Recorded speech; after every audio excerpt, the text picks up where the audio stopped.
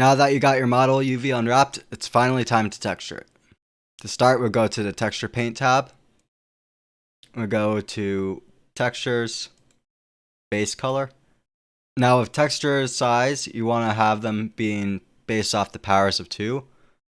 So you'll have like 512, 1024, 2048, and 4096. So I'll just keep it by default of 1024 by 1024. One thing you might notice is that it has completely gotten rid of the shading, making it completely black to match the color of the texture, which is here. So if I go to overlays, I can go down to the bottom texture paint and turn down the opacity, and it'll show the shading. So I could use either of those options. When I paint, I have the option to tab into edit mode, select a few faces, tab out, and I can hit this guy right here, face selection masking for painting. And I can now only paint where I have faces selected. Or I could turn that off and paint anywhere. So for our first tool, we have the draw brush, which has the settings up on the top and on the side under the tool options panel. The first option is radius, which changes the size of the brush. Then we got strength, which changes how powerful the brush is. So if I turn it down, very light. I turn it up, very strong. And if I'm using a drawing tablet, which I'm holding right now, I have the option to have it powered by the drawing tablet hardness, so I can draw soft or I can draw hard. The same with radius, so I can have it go tiny, I can have it go big. Next we got blending mode, which by default is mix.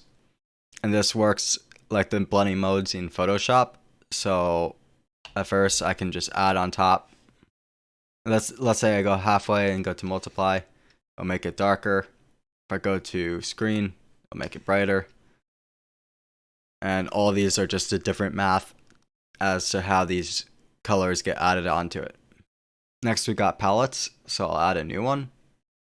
And I can press this plus button to add a color that I have selected into the palette, or minus to delete it. And I can just quickly change which colors I'm using by selecting which color in the palette. Next important setting is texture, which allows us to paint with, instead of just a color, we can paint a texture. So I could go and make a new texture.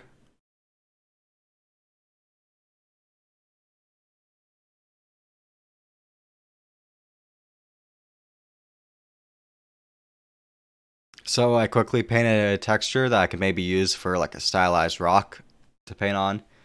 And then I can go and hit new in texture, go into the texture settings, go to the texture slot here, and then go and select the texture to put in that slot.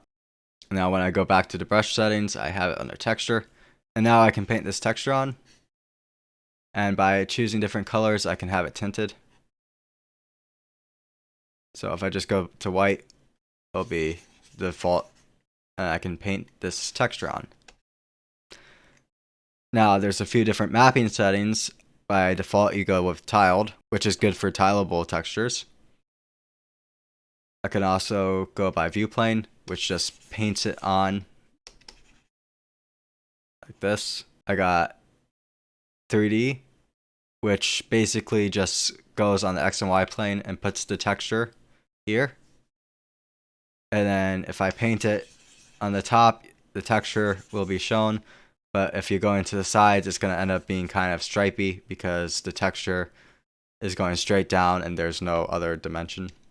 We also got random, which just puts it in randomly. And then we got stencil, which adds this guy, which we can move with right click and hold that. If I hold shift, it'll scale. And if I hold control, it'll rotate. So I'll try to get that back to around 0. I could go to the angle here, set to 0, or hit reset transform. Then I can go here and it'll just paint on the texture scene. I'm going to make another new texture for the next option. So I made a smiley texture here. So I'll go to the slot and add the new texture. And under my settings, go to texture mask and select my smiley. And if I have it set to say red, I can paint on, and it will only paint on where it's white. So we have the same mapping options. So I'm going to go to Stencil. So I'm going to drag this here, shrink it, and where it's white, it will show up. Where it's black, it won't show up, and where it's gray, it will be kind of in between. Next up, we have our stroke options. So we got our stroke method, like space. We could go to dots, which does that instead of the default of space, which we were before. We got drag dot, which we can drag and then put a dot. Got airbrush.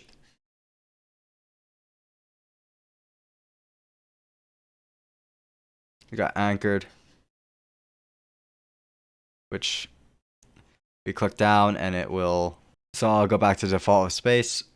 We got spacing, which if I bring this up, it's how far you have to go before it adds another dot. So you usually want that small. So if you have it small, it just kind of makes a nice flow. Got jitter, which if you bring this up, it makes the position of the little dots it makes random. And we got smooth stroke, which will have this little dragging line and it will help smooth out your stroke. Although it's a little weird because it's laggy. The lag lets it know where to go and smooth it out. Next, we got curve, which determines how much opacity is based off of the distance from the center of the brush. So this is the center on the left, and on the right is the edge of the brush. And up here is full opacity, and down here is no opacity. So based off this curve, we have it getting lighter at the edges. We got some other default curves here. So we got like this one, which is more of a point. We got this one, just like that. We got this one, which doesn't get softer at all on the edges. Got this one, which is more of a linear. And if I wanted to edit it, I can just simply click on the line and it'll add a point. And if I hit X, it'll delete a point.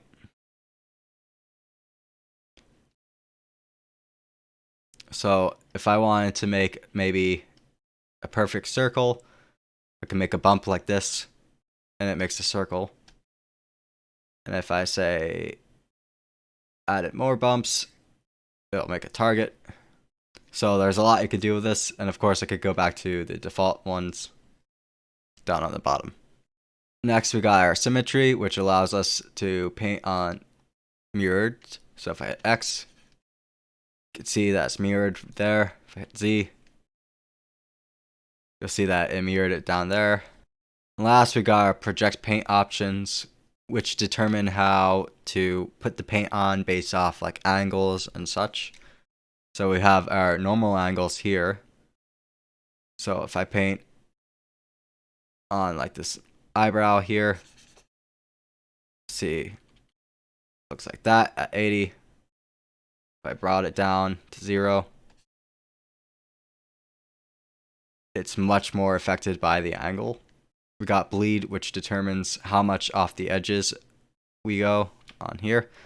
So if I paint off the edges here, it bleeds 2 pixels.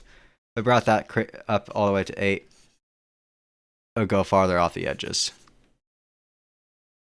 So that can help you if you have like bitmaps that are starting to bleed when they go lower. We got occlude and cull, which determine whether something is blocked or not. So if I turn them off, it'll go and paint on the other side as well. But if I turn them back on, you won't see the paint going over here. And we got unified brush. So if I turn on color, change it to pink, All our other ones have the same color, which is useful. Because it's kind of annoying that if I change this green, it'll be different here normally. So those unify which settings our brushes keep. Next we've got the soften brush, which if I turn up the opacity, basically it just blurs underneath it. We've got the smear brush, which drags the colors. So if I turn up the strength real high, it'll smear it and drag the color out. We've got the clone brush, which clones based off of where the 3D cursor is. So if I put it here and I paint it here, it will clone what was put there. What's important to know is that it's actually screen space. So it looks where the 3D cursor is based off the screen. So if I went at an angle like this and try copying it, it will be at an angle. If I went behind it, it's seeing white around the 3D cursor. So if I painted, it'll still be white. So basically just wherever you see the 3D cursor over it is going to be where it clones. We got the fill bucket, which just fills everything with color. And we got our mask. To use our mask, we go to mask and we add a stencil for our mask. Mask stencil. Now I'll show it in here. And at a value of 1, it goes white. And at a value of 0, it goes black. And in between, I'll show gray. And basically, this is another way to mask out where you paint. So if I go back to painting in blue and try to paint here over the face, it says that it doesn't work where it is white on here. Alright, so this was all based off of the base color. So I'll show you what the other material colors do as well now. So if I go and turn the opacity of the paint texture overlay so I can see the shading again, I can go down to the material tab, and if I were to add more materials to paint, I would get a black and white one for metallic, which changes whether it's made out of metal, 0 being not made out of metal, black being made out of metal. This would be easier to see if I was in look dev, which gives the full material. So metallic down 0 or 1. Normally you keep it at 0 in your texture being black, or 1 in your texture being white fully, because materials generally aren't going to be in between. But I guess you could go in between if you like the way it looks. We got roughness, which changes how shiny. If I go up all the way to 1, it's not shiny at all. If I go down to 0, it's very shiny. And we got our specular, which is easier to see now that's got no roughness, which changes how the highlights look, as you can see. Normally you'll just keep that at the default of 0.5, but you might change it sometimes. So I could go and add a metal slot, and I'm going to go back and bring the overlay back up. I'm going to paint some white. Now that white area will be metal, and I'll add a roughness.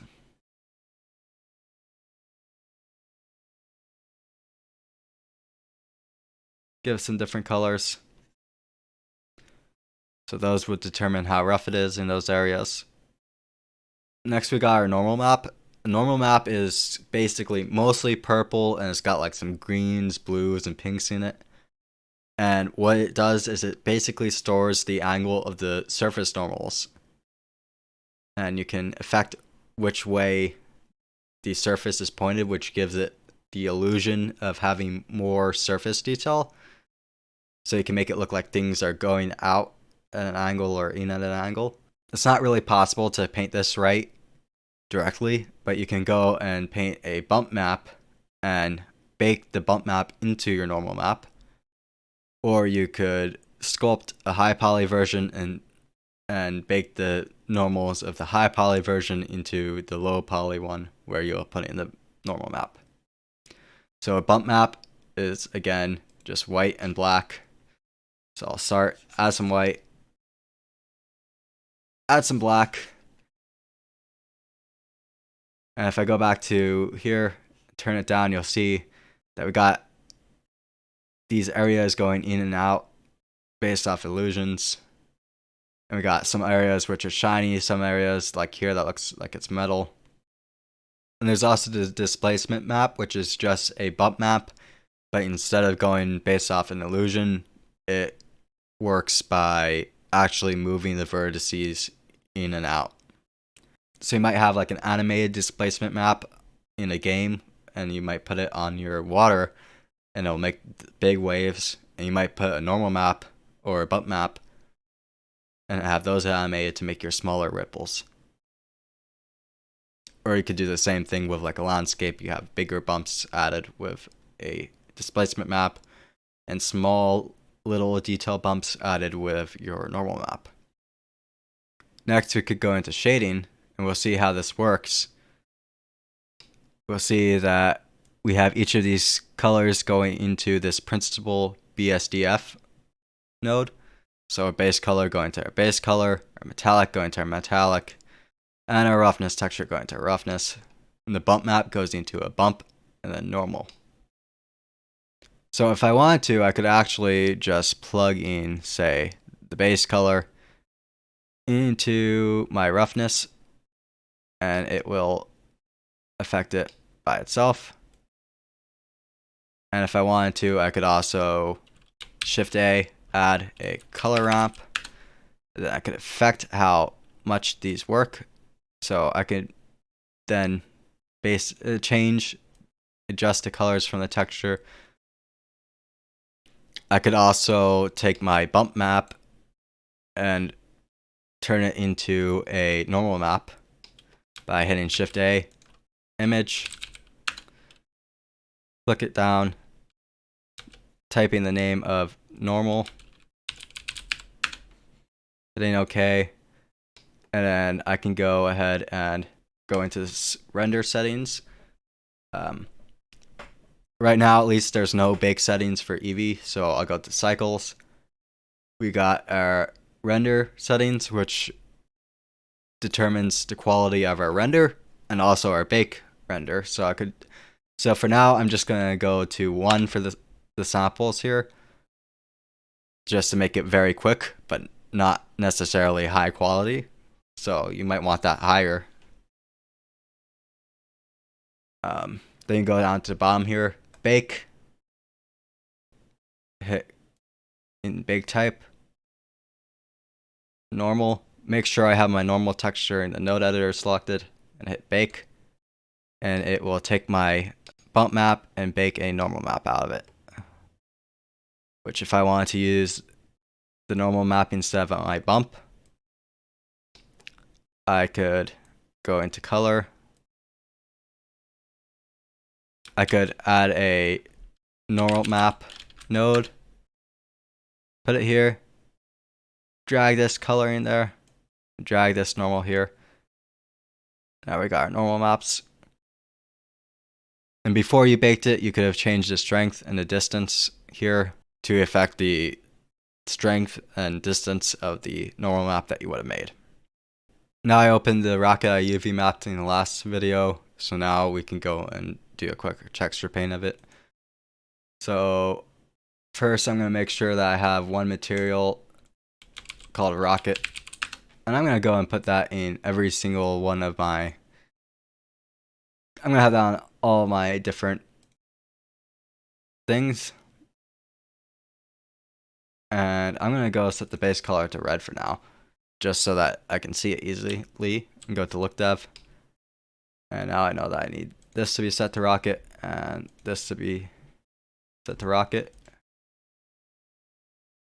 Since everything's metal, I'll just set under here 1 to make it metallic.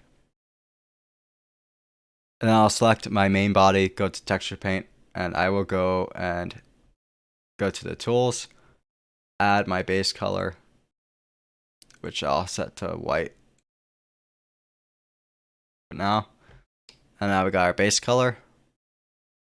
Also going to make a new one that I'm going to call dirt. And I'm going to start by making a quick texture here.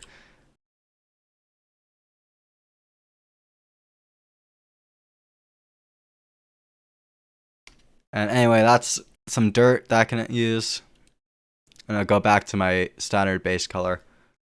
I'm going to go to textures, hit new, and add the dirt into my texture slot. And then I'm going to go back to the tool, go to texture, and I have my dirt added in my texture there. So that I can go into stencil maybe. And I can add a scene. Now I'm going to have face selection masking on, tabbing to edit mode. Select these little guys over here. Select that and select that.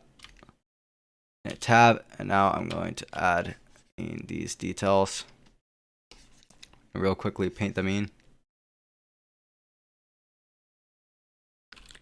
And it's best to have it smaller so that I can actually stay within the edges. Now we got some dirt added into it. Cool. Next, I'll unselect everything. I'll select all of these, circle select here, and tab back in. And now I'm going to go and hit red as my color. Maybe make it a little darker. And I'm going to paint in. Maybe make it brighter. I'm going to paint this in.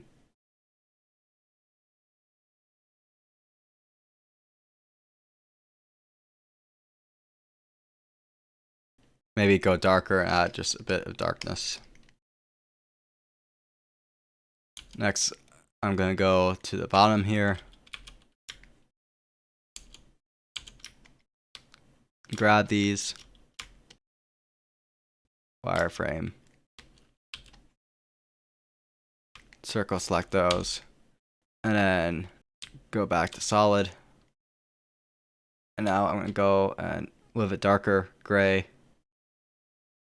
Detail this scene.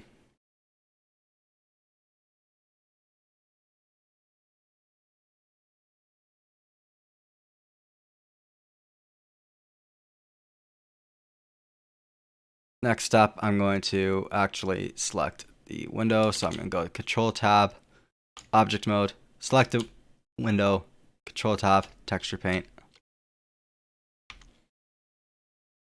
And I'm just going to go and add some detail here.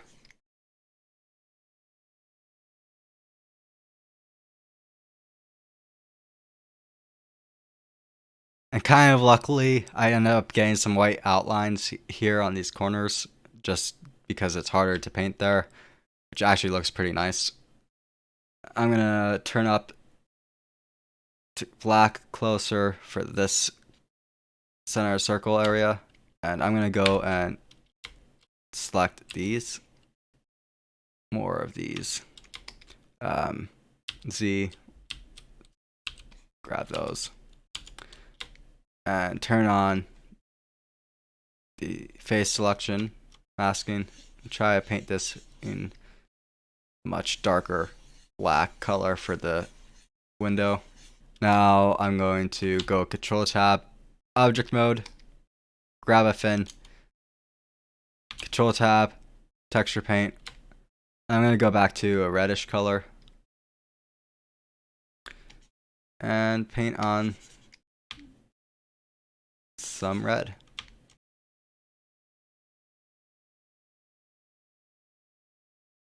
Control Tab, Object Mode, go and select my handle, and Control Tab, Texture Paint, and I'm going to go back to gray and have it be lighter.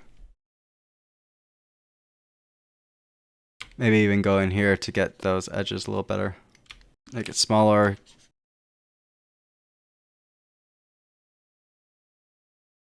Next, I'm going to go Control Tab back into Object Mode, grab my body, Control Tab, Texture Paint, And I'm going to go and add a roughness material in here. And for the roughness, I'm going to want the main body to be rougher, while I want some of the shinier parts to be smoother. And I'm going to start with smooth, so I'm going to go with a close to black for my roughness. Going to turn the strength on higher, and I'm just going to go and simply adding some dark color here so I can have some smoothness. Okay, now Control Tab, I'm going to go and hit Control I to invert my selection. And now I'm going to go with a brighter color. That'll be the roughness for the main body.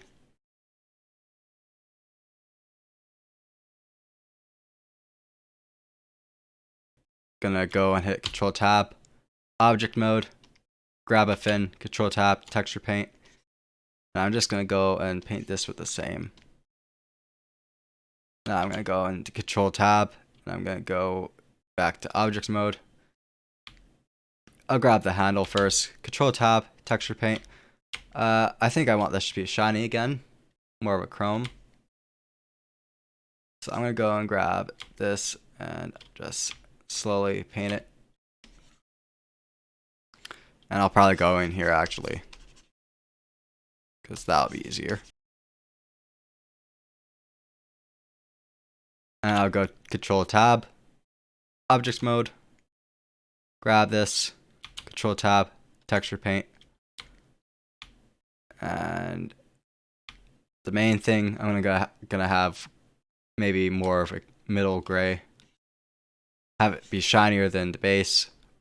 Actually, I'm gonna turn this off and then get the main thing, have it shinier than the base.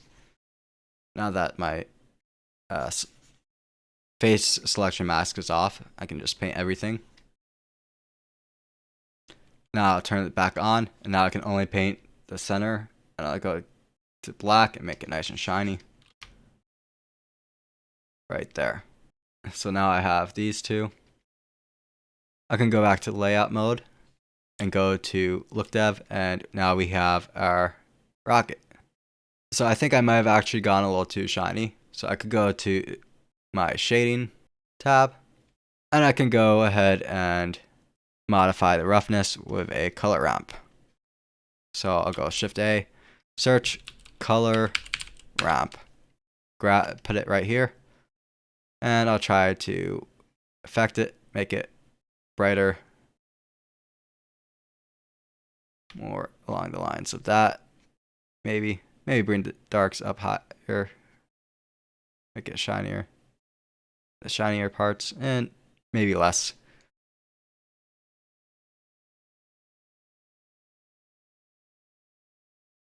Anyway, now we got a nice rocket. So now finally, there's a few options for saving these textures. You might want to go and save all of them under image save.